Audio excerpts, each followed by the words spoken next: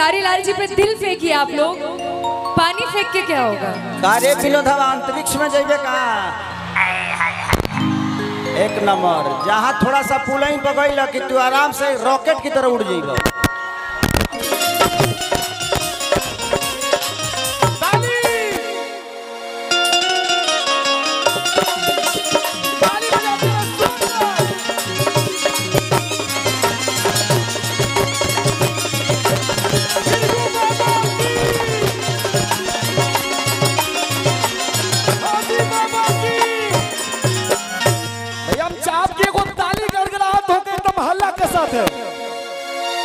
अरे भोजपुरी जगत के कैसे फिल्म अभिनेता, ट्रेंडिंग स्टार, व्यू स्टार, अब इनके बारे में हम क्या कहेंगे।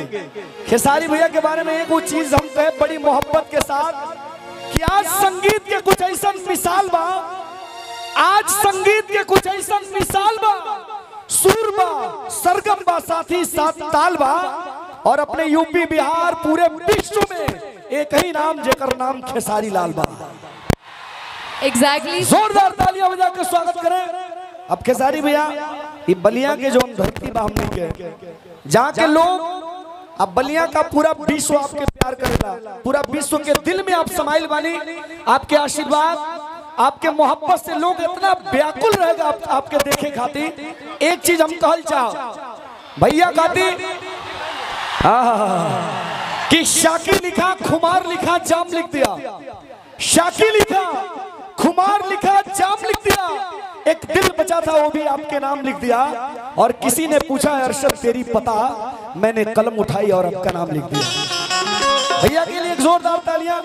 साथ में हमने के अखिलेश कश्यप बाबा बानी, बाबा के प्रणाम, अभय बाबा के प्रणाम, राघवेंद्र प्रताप सिंह जी बानी, डीजे बिट्टू मेहरवा जी, तमाम लोग बा आई सीधे सीधे मंच और माइक भैया के सौंपल चाहे कि ना हमें कोई राह आसान चाहिए, ना हमें कोई पहचान चाहिए, पर दुआ करता हूं उस भिरगु बाबा से कि हे बाबा हमेशा खेसारी भैया के चेहरे पर एक प्यारी सी मुस्कान चाहिए।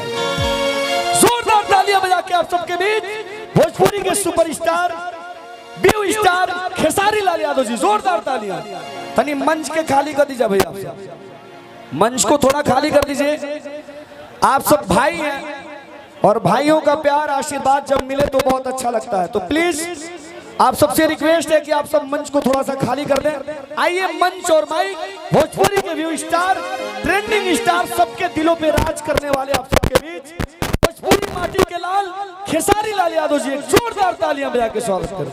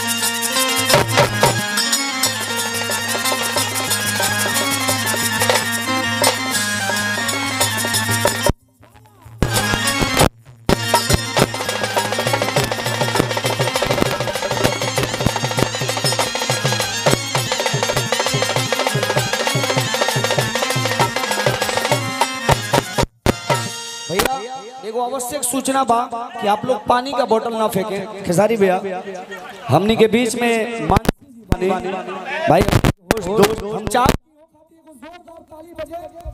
जोरदार ताली बजा के स्वागत करिए आप। नहीं, तालियां मेरे लिए अब नहीं बजनी चाहिए, क्योंकि जब बगल में इतने hot and handsome Khesari Lal ji खड़े हो तो तालियां अगर मेरे लिए बजेगी तो फिर ये बहुत गलत बात हो जाएगा। ये बताइए, अगर हॉट हम है तो आप क्या हैं? अभी बोल नहीं सकते सबके सामने, लेकिन आपको क्या लगता है? आप लोग पानी का बोतल मत फेंकिए, अपने आप को फेंक दीजिए। नहीं नहीं, दिल फेंकिए, दिल फेंकिए, खेसारी लाल जी पे दिल फेंकिए आप लोग। पानी फेंक के क्या होगा? कार्य विनोदवा अंतरिक्ष में जाइए कहाँ? एक नंबर, जहाँ थोड़ा सा पुलई बगैल कि तू आराम से रॉकेट की तरह उड़ जाइबो। का कहल जा तहरा दोसर, अरे हिला के गिराइबे का बाबू, हिलाओ मत न तो गिर जाई जौन लगे बैठल बा। हम जब भी बलिया के धरती पे आते हैं तो मेरा गांव तो बगले में है, तो मुझे कभी ये महसूस आप लोगों ने नहीं होने दिया कि खेसारी आपके घर का बेटा नहीं है। हमारे बड़े भाई राघवेंद्र भैया, जिनके सौजन्य से कार्यक्रम हमेशा, और मेरे बड़े भाई उमा शंकर सिंह जी, आज हमने के भतीजा के रिसेप्शन में बनी जा, और ये कार्यक्रम हमारा बजाते जे भैया के घरे जब कार्यक्रम होला तो उमा शंकर भैया कार्यक्रम ना करा।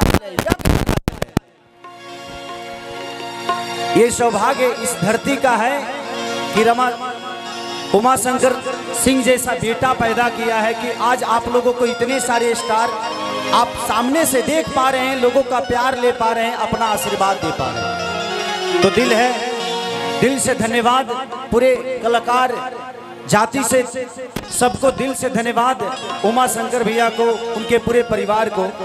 और आज इस चेहरे पे मुस्कुराहट अगर है तो इसका श्रेय आप सबको जाता है। और आज न्यायपालिका ने खेसारी को न्याय दिया है तो उसका वजह हमारे हिमांशु भैया है। तो दिल से धन्यवाद मेरे बड़े भाई हिमांशु भैया को कि उन्होंने इतना मेहनत करके खेसरिया को न्यायपालिका अच्छाई की जीत हुई। साच के कब आँच आवेला, साच परेशान हो सकता लेकिन तबाह हार नहीं के सकत। सुनात नहीं खे भैया, वो लोग के सुनात नहीं खे, कहेगा चालू नहीं खे का। हेलो, थोड़ा सा बढ़ा दो। हेलो हेलो, नींबू खरबूजा कर दें। अभी नींबू की तरह बज रहा है, इसको खरबूजा कर दीजिए। अब सुना था। अरे भाई चलिए उधारी बाबू बैठिए, हम लोग नाचेंगे आज। चलिए जितना लोग भी आइल बा बलिया के धरती आज रसड़ा में, ये दूसरी बार हम कार्यक्रम करतनी। एक बार 351 बहिन सन के शादी रहे हो में हम और रवि किशन जी आई रहनी जा, और इतना भीड़ की कोनो ऐसा जगह बाकी ना रहे। और आज वही सैलाब फिर से भैया के दरवाजा पर, और भैया के प्यार करे वाला दिल से प्रणाम है उमा शंकर भैया को। प्रिंस यूके और हमारे बड़ भैया रमेश भैया, प्रिंस यूके सिंह जी का आज रिसेप्शन बा। तो दुल्हा दुल्हन के जोड़ी हजारों हजार बरिस बरकरार एकरा खरी पूरा शुभकामना। अच्छा हम के एगो जोरदार ताली बजा के आशीर्वाद दे दिलो दुल्हा दुल्हन के। अच्छा दुल्हा दुल्हन के एंट्री होके वाला बा, तो थोड़ा सा आप लोग थोड़ा सा साइड दे दीजिएगा ताकि दुल्हा दुल्हन को आने में कोई प्रॉब्लम नहीं हो, क्योंकि आज उसी दुल्हा दुल्हन की वजह से खेसारी आज हिलावे वाला बा। और मेरे साथ बहुत सारे कलाकार आए हैं।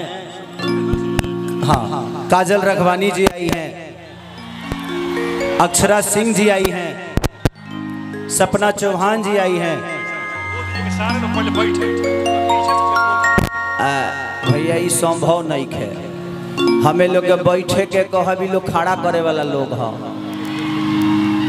अब बताई हूँ करे के कहीं कि तू बैठ तो के मुड़िए पर बैठ जाई है ना हो। तू जहाँ बाड़ा धा के धैले रही बाबू, तनी मुनी जे चुक भइल ना तते रॉकेट खानी चंद्रयान पर चल जेबे।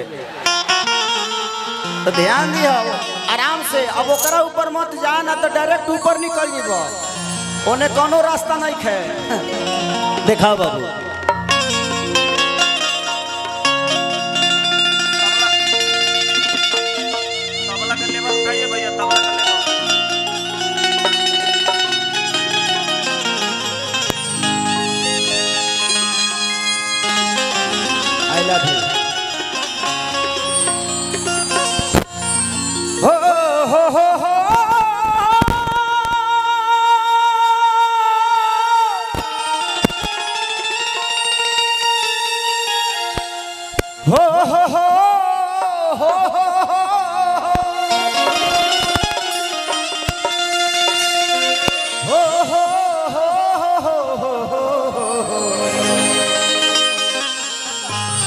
देखो उसमें बांस निकला है, अंदर ले लेगा बांसवा।